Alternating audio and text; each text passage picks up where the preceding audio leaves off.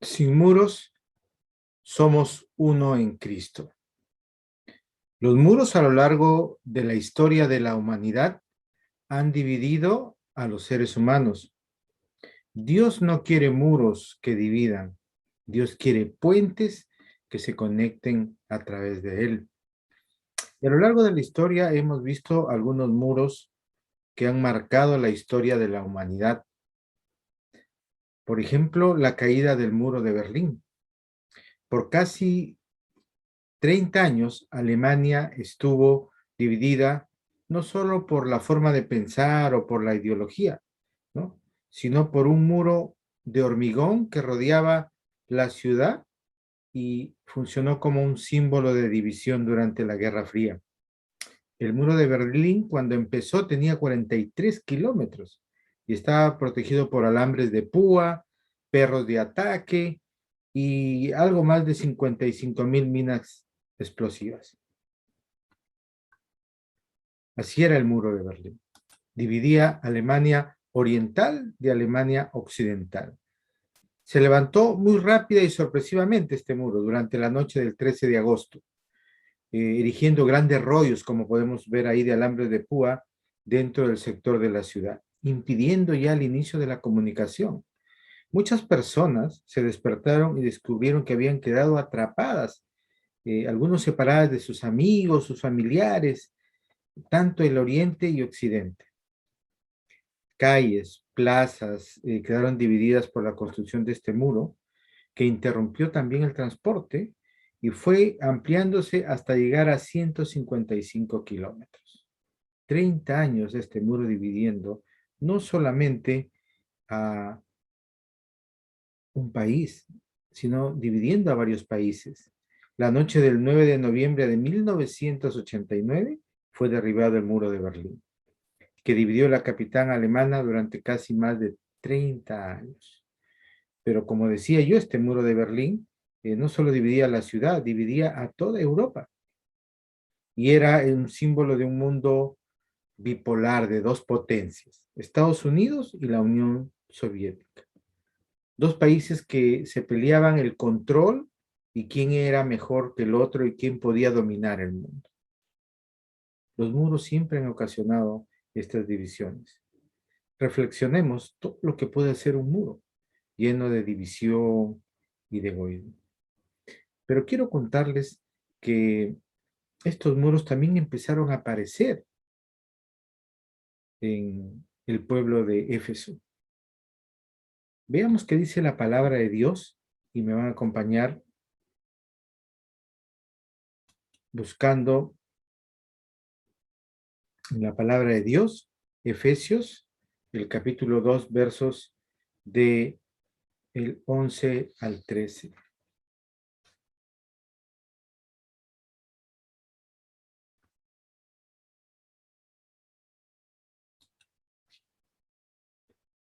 ¿Cómo eran? ¿Cómo eran los judíos y los gentiles en esa época?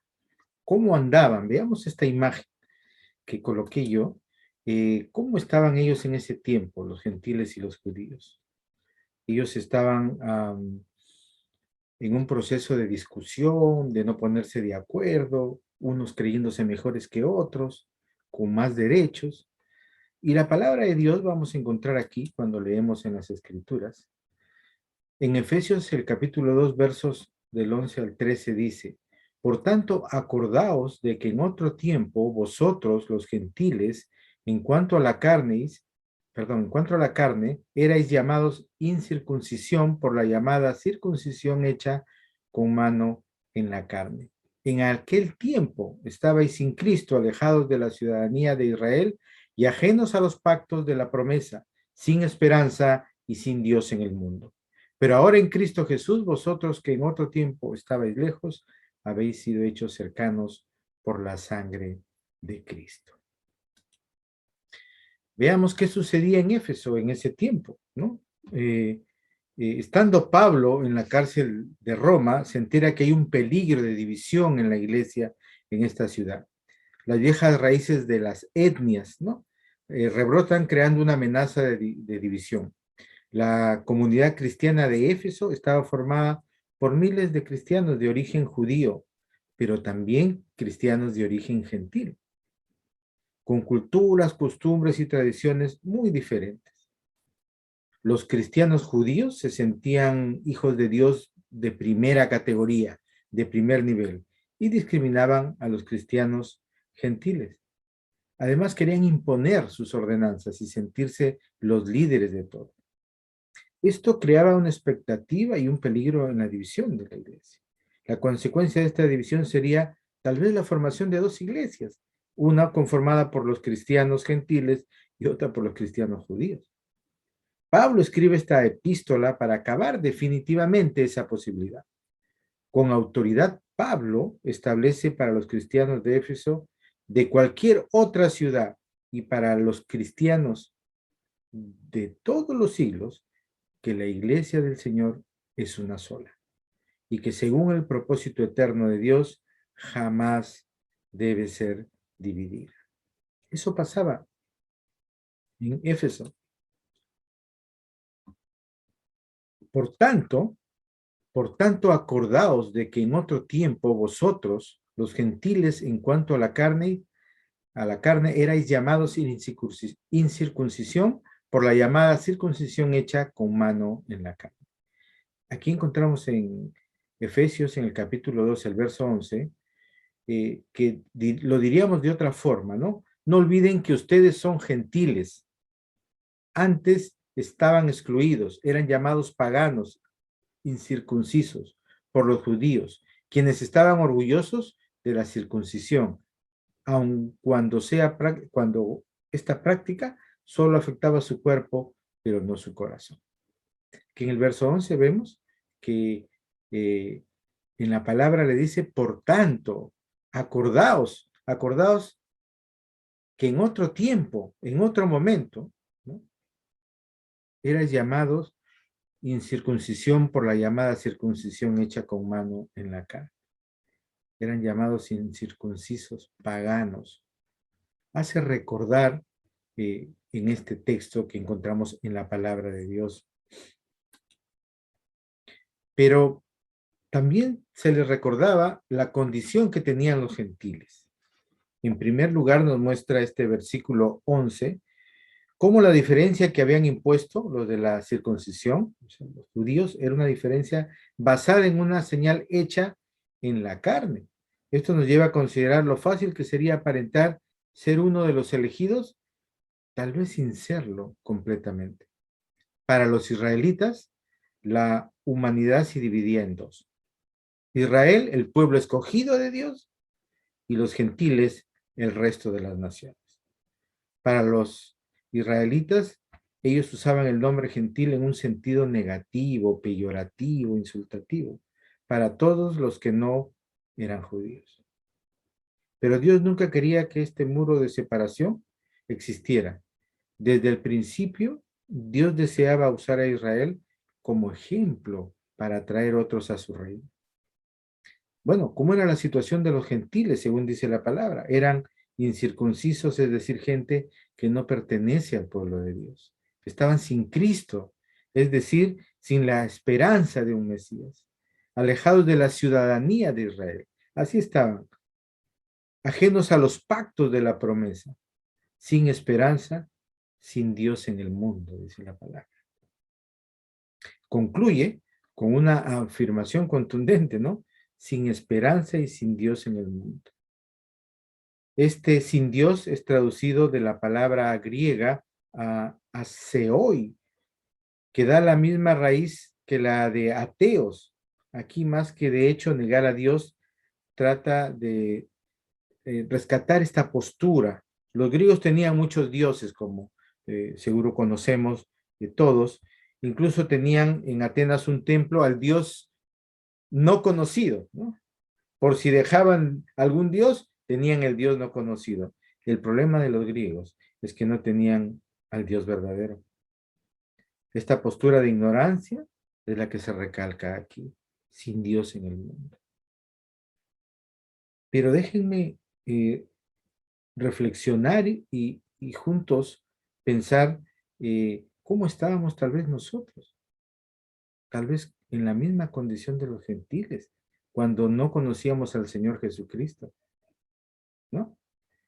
Sin Cristo, sin esperanza, donde cada circunstancia o cada situación que pasábamos, entrábamos en desesperación, en descontrol, en falta de voluntad, de dominio propio, alejados, ¿no?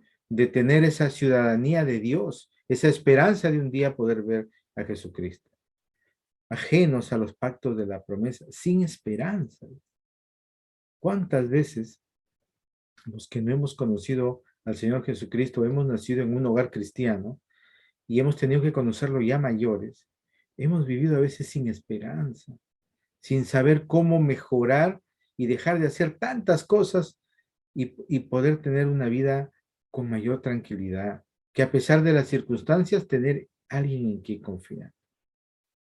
Andábamos sin Dios, a pesar que de repente íbamos a una iglesia, o de repente teníamos una Biblia empolvada, guardada en la biblioteca. Estábamos muchos de nosotros así. Pero, ¿en qué condición estaban ambos? ¿En qué condición estaban los judíos y los gentiles? Había una necesidad, la necesidad de la reconciliación. Los gentiles eran considerados como inferiores, como ya lo dijimos, y sufrieron mucho. Y la consideración despectiva por parte de los judíos por el mero hecho de un corte o una mutilación humana hecha a los 8 días de nacimiento, la circuncisión, era lo que hacía que simbolizara que ellos no pertenecían a este pacto. La realidad de todo esto es que los judíos no estaban ni mucho menos en una condición mejor que los gentiles, pues para ambos vino y se presentó el mismo Salvador, sin el cual nadie sabe. Pablo señala el orgullo de los judíos, pero los gentiles también tienen que guardarse del orgullo espiritual, recordar de dónde venimos y mantenernos humildes. Para Dios, los que creen en Cristo, sean quienes sean, dejan de ser incircuncisión. Por eso el verso 11 usa el término en otro tiempo, en otro momento sucedía esto, de hablar de la circuncisión. En segundo lugar, recalca el estado en el que se hallaban cuando estaban sin Cristo. No solamente el no ser judíos, sino estar sin Cristo y alejados de la ciudadanía de Israel, pero alejados de la ciudadanía real, porque habían sido apartados de los judíos. De hecho, un gentil no podría formar parte del pueblo judío y ajenos a los pactos de la promesa, que solo son conocidos cuando perteneces al pueblo de Israel, por el acceso a las escrituras. Pero Dios tenía un propósito. Él no quería que hubiera esta condición. Estaba buscando la necesidad de una reconciliación de gentiles y judíos. Y Pablo estaba preocupado por ello. Muy preocupado. En el verso 13 del capítulo 2, dice, los gentiles son hechos cercanos a Dios, pero ahora en Cristo Jesús, a ustedes que antes estaban lejos, Dios los ha acercado mediante la sangre de Cristo. Acordémonos, cuando nos dice en otro tiempo, ¿no? Pero también nos habla de ese alejamiento de Dios. Pero ahora en Cristo Jesús, a ustedes que están lejos, que estaban lejos, Dios los ha acercado mediante ¿qué? Mediante la sangre de Jesucristo. Pero ahora en Cristo Jesús, vosotros que en otro tiempo estabais lejos, habéis sido hechos cercanos por la sangre de Cristo. Los gentiles que están ahora en Cristo Jesús ya no están lejos. Ellos han sido hechos cercanos a las cosas de Dios. Y la sangre de Cristo logra esto mediante su muerte, mediante su sacrificio. Este acercamiento ocurre solo por la sangre de Cristo. Los gentiles que no están en Cristo están lejos como siempre. Esta reconciliación solo ocurre en Jesús. Es importante que Pablo, ¿no? Conecte las ideas del gran amor de Jesús y su muerte en sacrificio. Mucha gente, o muchos de nosotros, pensamos que predicar a Cristo crucificado tiene que ver con un Cristo ensangrentado y tal vez en una situación muy difícil. Pero el punto del Cristo crucificado no es solamente la sangre, sino su amor, su sacrificio derramado por nosotros. Predicar a Cristo crucificado significa que predicamos a Jesús lleno de amor por la humanidad, un amor sacrificado, generoso y salvador. Qué hermoso, mis hermanos. Recordar que en algunos momentos estábamos como los gentiles, ¿no? Sin Cristo, sin Dios, sin una brújula, sin una guía, a pesar que podíamos desarrollar muchas actividades en nuestra vida cotidiana. Sin embargo, ahora en Cristo Jesús, todos los que estábamos lejos, a través de su sangre de Cristo, a través de su sangre, nos hemos acercado a Él. Hay una fórmula que funciona para la verdadera unidad. Dios quiere que su pueblo sea un pueblo unido. No importa si son judíos, gentiles, lo que quiere Dios es un pueblo reconciliado, un pueblo unido. Y podemos destacar aquí que esta fórmula tiene tres verbos principales: abolir, crear y reconciliar. Cuando hablamos de abolir, Cristo anuló y abolió la ley ceremonial, los mandatos, los reglamentos, las ordenanzas, los rituales, los sacrificios, las festividades, y lo hizo en su carne. Colosenses 2:14 dice, anulando el acta de los decretos que había contra nosotros, que no era contraria, quitándola en medio y clavándola en la cruz. Abolió todo eso. Pero luego encontramos crear. Él creó y aún sigue creando un nuevo hombre, una nueva humanidad, y lo hizo en sí mismo. Una vez abolida la ley, con la primera enemistad que separaba a gentiles y a judíos, como era la circuncisión, ya no había nada que mantuviera separada a la humanidad, enemistada. Y en un soberano acto de su amor y su gracia, ahora nos convirtió en nuevos hombres, nuevas criaturas. Y somos ahora la iglesia, el cuerpo de Cristo, donde ya no existen diferencias ni divisiones sociales, ya que todos somos iguales en Él. Sin muros, una iglesia unida por Cristo. En Gálatas, en el capítulo 3, el verso 28, dice, ya no hay judío ni griego, no hay esclavo ni libre, no hay varón ni mujer, porque todos vosotros sois uno en Cristo Jesús.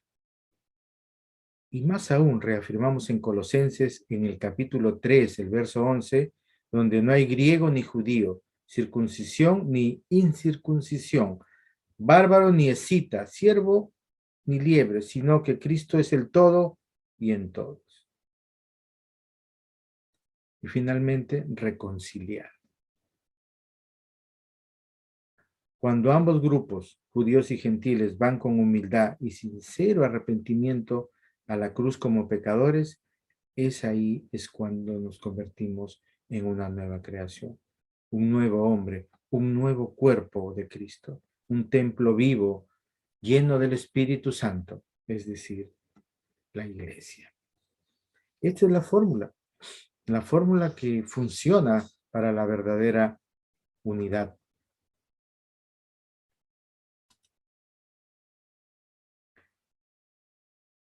Antes de ir a las conclusiones, ¿qué nos hace recordar Pablo con estos textos de la palabra de Dios? Gracias en parte a los recuerdos en que podemos calificar nuestro pasado y lo procesamos,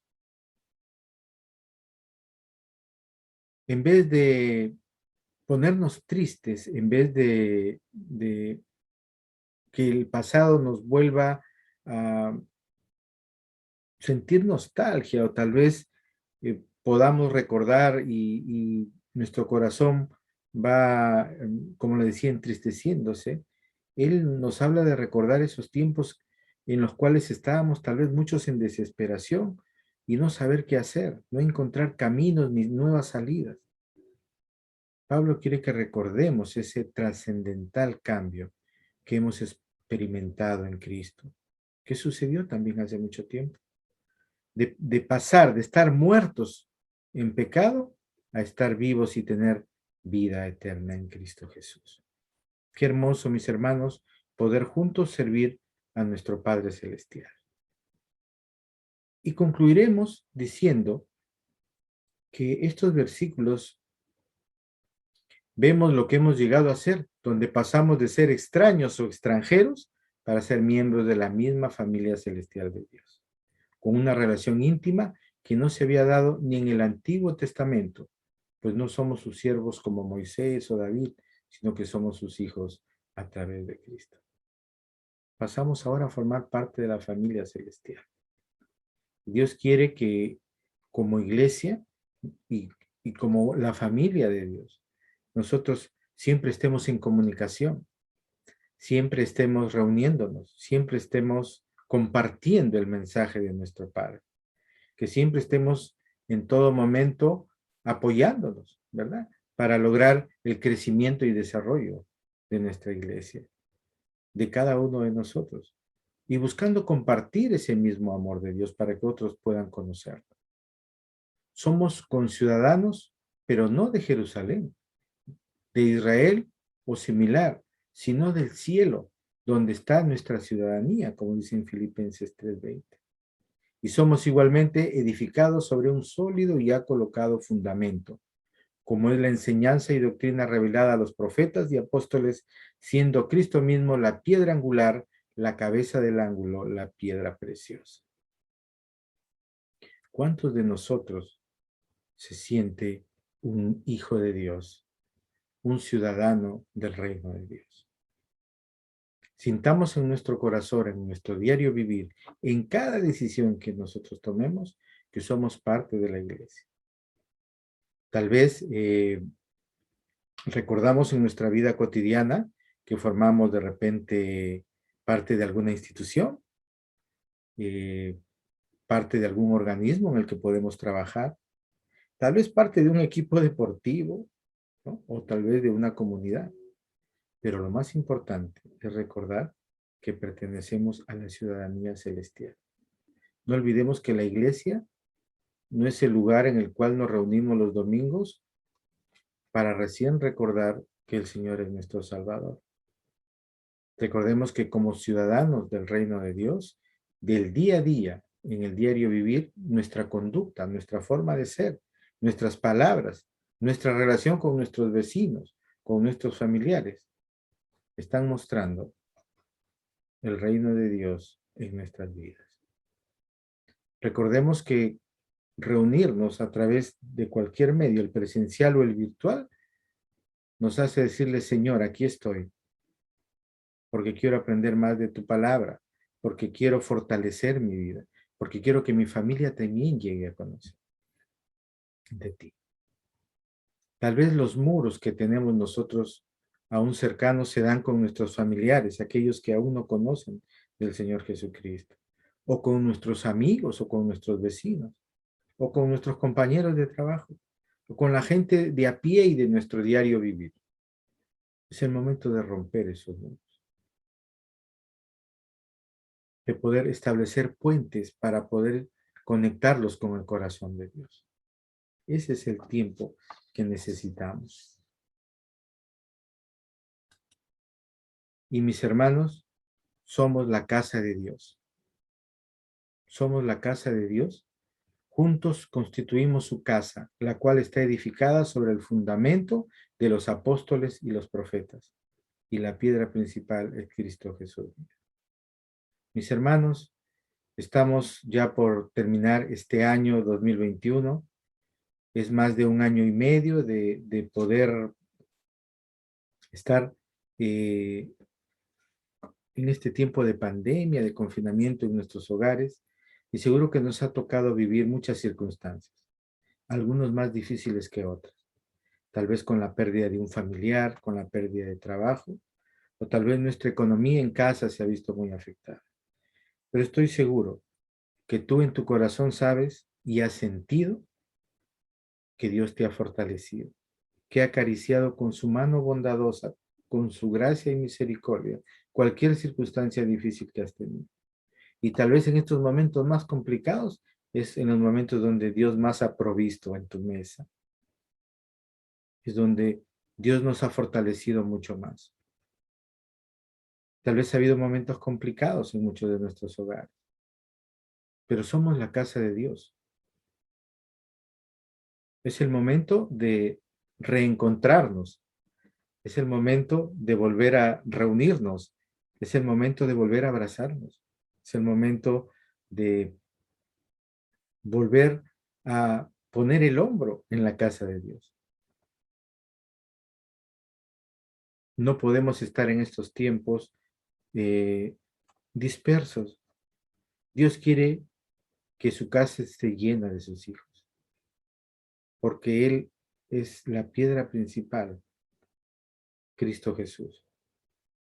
Mis hermanos, no a los muros, sí a los puentes de conexión con el corazón de Dios. Tal vez recordemos que en un tiempo estuvimos alejados, así como esos muros que vimos que existían en otros lugares. Tal vez habían muros que no nos dejaban acercarnos a Dios.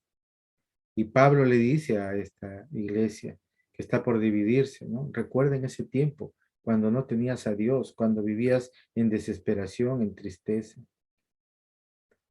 Es el tiempo de retroalimentar nuestra condición como hijos de Dios.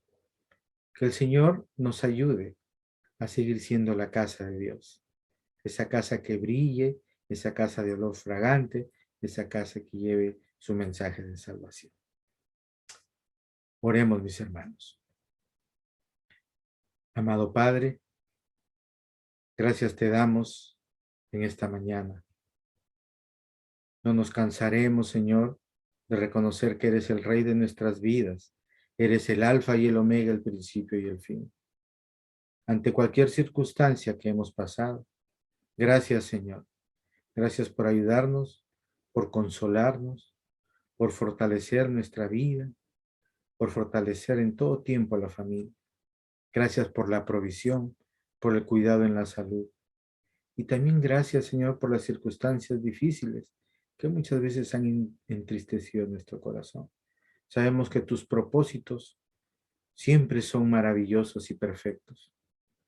Y sabemos que cada circunstancia nos ayuda, Señor, a crecer y a salir adelante. Gracias por edificarnos, Padre Santo. No permitas que construyamos muros entre nosotros. Permite que construyamos puentes conectados unos a otros y con tu corazón, para que podamos seguir creciendo como una iglesia. Estamos prontos a volver a la presencialidad. Ayúdanos, Señor, a que volvamos como una iglesia renovada, con mucha fuerza, potenciados, con el deseo de desarrollar este proyecto de extender tu reino, Padre Santo. Alabado seas en tu magnificencia, Rey de Reyes, el Todopoderoso. Gracias te damos en este tiempo por tu palabra, Padre Santo, por tu amor, por tu inmensa misericordia y por un día darnos la oportunidad de conocerte, Señor. Allí, gracias, Señor, porque nos has ayudado a salir de esos momentos tan complicados que teníamos cuando no te conocíamos. Gracias por ayudarnos, Señor, a tener en la vida una expectativa llena de amor, Señor, y de esperanza contigo. Gracias por sosegar nuestros corazones en cada circunstancia. Alabado seas, Señor, Rey de Reyes, Rey del universo entero. Te agradecemos y te glorificamos en esta mañana. En el nombre de Jesús oramos. Amén. Mis hermanos, que tengan una semana bendecida, que Dios los bendiga grandemente y no olvidemos, somos iglesia, somos una iglesia unida, sigamos adelante en los nuevos proyectos para nuestro Dios. Bendiciones. Un fuerte abrazo a la distancia.